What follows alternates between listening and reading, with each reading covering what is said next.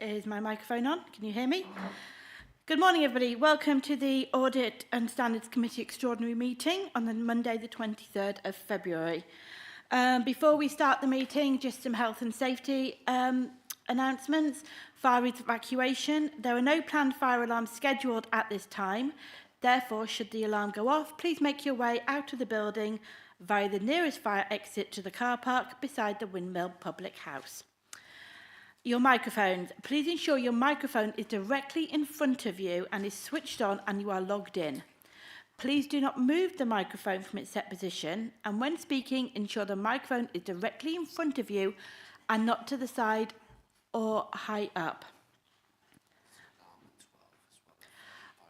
We do have a fire alarm going off at 12 o'clock, just so that you are aware. It is a test. We do not need to evacuate. I'm afraid the Windmill will have to wait until later. Moving on, can I have apologies for absence, please? Yes, good morning, Chair. We have apologies from Councillor Ostrander, for whom Councillor Johnston is substituting today.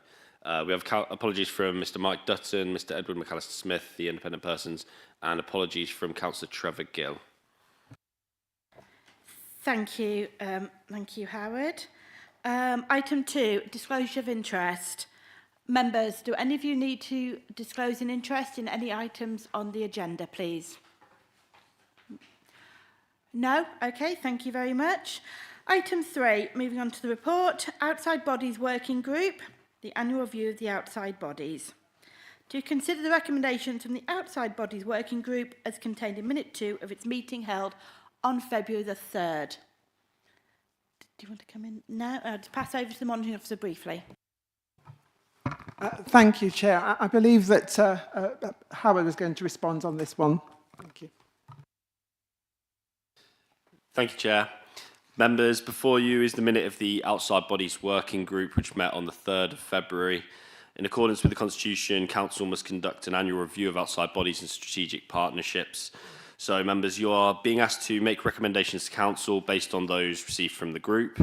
For background, appointments are either made by Council or by the leader via the leader's statement. The nature of each appointment is specified in the schedule at Appendix 1. Chair, the recommended changes are as follows. The first, please note this recommendation 1 is just for noting. There is currently a review of the Constitution underway. This change will be part of that review, so that's just for noting. So the committee is being asked to endorse that. 2, in regard to the West Midlands Reserve Forces and Cadets Association role, to appoint Councillor Brown as the Council's representative to the association. And 3, that the outside body schedule at Appendix 1 be approved, including the new appointment to the association and removal of the appointments to the Southam Grange Hall Stewards Committee, following the decision by Cabinet on the 9th of February to disband that particular committee. Chair, in regard to the options, to forward the recommendations to Council, or to suggest amendments, or to not forward any recommendations to Council.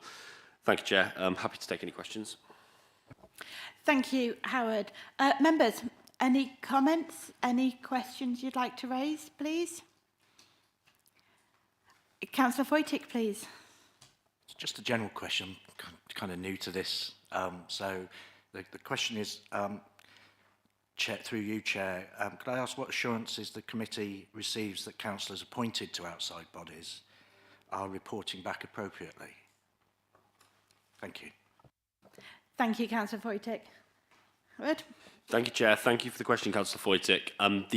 As part of this review, a full update on from every representative is provided to the working group. So there's a particular focus on strategic partnerships because within the Constitution there's outlines about how those are reviewed, but we ask for all representatives to send an annual update.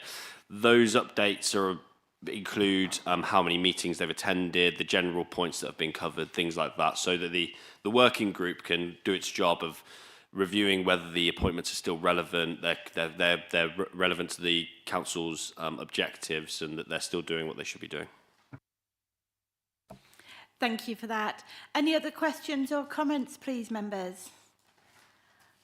Okay, thank you. If I could have a proposer, please, for the noted, Councillor Rolfe, thank you very much. Happy to propose that, thank you, Chair.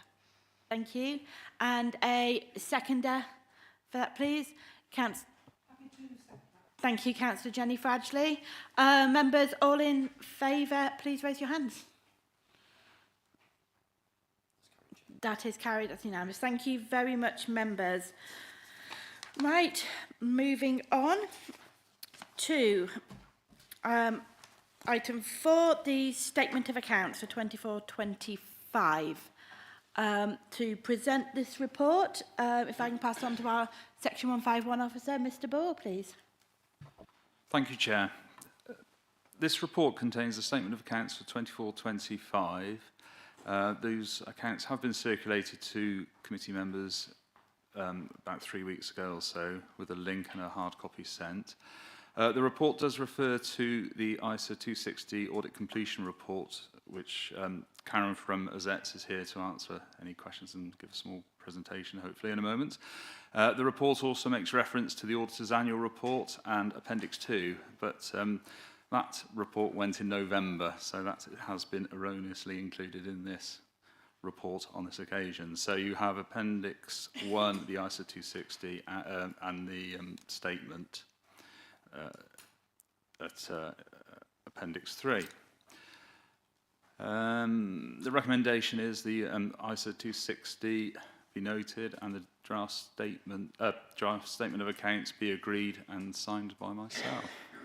So could I just hand over to Karen to make a statement on the ISA 260? Yes, yeah? please. Thank you.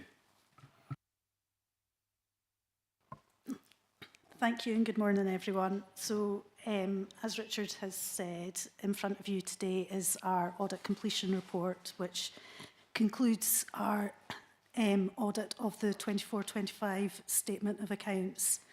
You'll see from the report that we are intending to issue a disclaimer of opinion again this year, as we had done in 23-24, and the predecessor auditor had done so for the 2 years prior to that. This is because we are unable to obtain the necessary assurance over the opening balances, and there is a backstop date of the end of this week, 27th of February, which we are required to meet and draw a conclusion on the audit. Therefore, we can't continue until we've gained those appropriate assurances. I would like to highlight a few things in our audit completion report, starting with the significant risk areas that we identified within our external audit plan and we've reported on in the audit completion report. This includes the management override of controls. This is a presumed risk that we identify in any audit, external audit that we do of accounts. As you'll see from the work that we've been able to carry out this year, we have looked at the journals and concluded that there were no findings. However, we aren't able to conclude on the overall risk because of other work that informs our conclusion, and we have not been able to complete that work within the timing that we have for the backstop date. We also have identified significant risk areas over the prior year opinions. That is largely linked to our build back work, which I'll come on to after I've talked about the other significant risks. We also identify PPE, property, plant and equipment valuations, as a significant risk area. And if you recall, as part of our strategy for building back that assurance, we intended to carry out audit work over the valuation of the property, plant and equipment in 24-25. The council and management took the decision to revalue its entire portfolio in 24-25 to allow us to give us that almost starting point in terms of the opening balances on land and buildings. We've completed our work on specifically the valuations, subject to finalisation of the review, which will happen prior to the backstop date and the issuing of our opinion. Pleased to report we haven't identified any significant findings to draw to your attention based on that work. Again, unfortunately, we are unable to conclude on that overall risk due to the open imbalances on the other areas of property, plant and equipment and the impending backstop date. We also identified your pension asset liability as a significant risk area, and in line with our approach to building back the assurance, we took the decision, as agreed with management as well, not to focus on the pension asset liability until 25-26, when there will be the results of the triennial valuation will come through.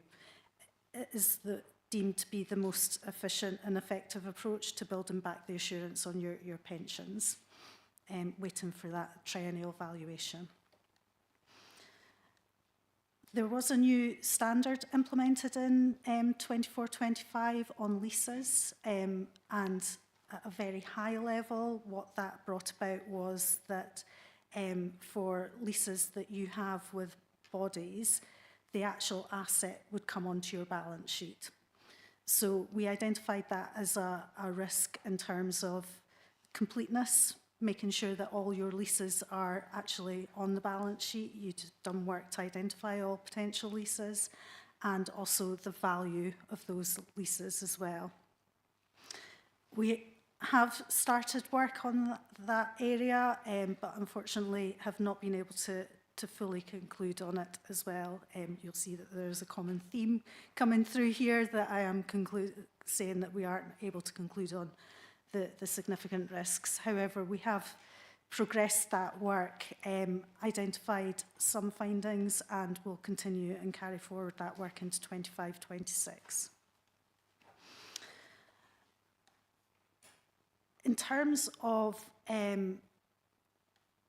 value for money, as Richard said, we presented our value for money findings in our annual audit report to you in November 2025, and I'm pleased to report that since that time we haven't identified anything that would change our overall conclusion on that work. So we're not identifying any significant weaknesses in the work that or the activity of the council. Our completion report also sets out some of the work that we've done to start to build back the assurance for the previous years and build back the assurance that we need over the open imbalances. What we have done is in 3 distinct areas. The first being we have carried out a risk assessment to determine where the council sits on a spectrum. And that work has involved us looking at, for example, whether there's been changes in key finance personnel during that period, the quality of the accounts, the timeliness of the accounts, and our general assessment at this stage is that we are identifying the council as at the lower end of the spectrum, which is a good thing for the council, because it does mean that actually in line with our approach and the guidance that we've received nationally, it will mean that we will carry out a reduced level of testing over the income and expenditure statement. So it's a good thing to be at the lower end in terms of that level of work. We also have started to carry out build back testing on, with the exception of other land and building, all other property, plant and equipment, to build back that understanding and the assurance over the open imbalances. At this stage, we haven't identified any issues with that work as well, so that is again a positive statement to be making to the committee today. The other part of build back that we have been working on is an analysis of your movement in reserves. So this is the bottom half of your balance sheet, which is split between your usable reserves, your general fund, and your unusable reserves. And we have been analysing that since back to your last clean opinion to look at and understand what movements have been made. We are still analysing that, and any questions that we have, we will raise with management, but that is to allow us to build up that picture again over the quality of the financial statements and to identify if there is anything that we would deem to be unusual in those reserves. Again, to support us building back the assurance on the opening balances. Finally, I would just like to extend my thanks to the Council, the finance team and management. During the 24-25 audit process, they have been very responsive to our queries. The overall quality of the financial statements that were presented to us for audit were of a good standard, and the working papers were also of a good standard. However, we have recognised that the Council hasn't been subject to audit for a number of years now, and there is possibly a bit more to do in terms of us understanding the Council's working papers and working with management to bring that back up to speed. But we are intending to have a debrief meeting with the Council following the conclusion of this audit to learn and move forward. Thank you, Karen, for that report, as it detailed in here also. Members, do you have any questions for Karen or for Mr. Burrell? Or any comments you'd wish to make at this point, please? Councillor Shenton, please. Thank you very much, Chair. And thank you very much for the detailed summary, if you like, of where we've got to. And in actual fact, you've managed to go through every part. I think that I'd highlighted on here. You probably saw I was flicking through the report.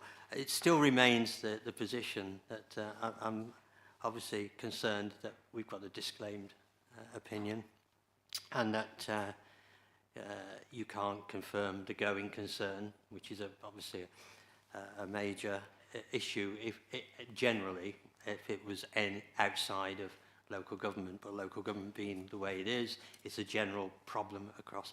So I don't intend to go through all of those again, except to say thank you very much for getting on with this. I'm looking forward to hearing more about the triennial valuation when that comes through, because that's such a big part of it. But you're saying that the property and plant, you're starting to feel more comfortable with those balances. So thank you very much.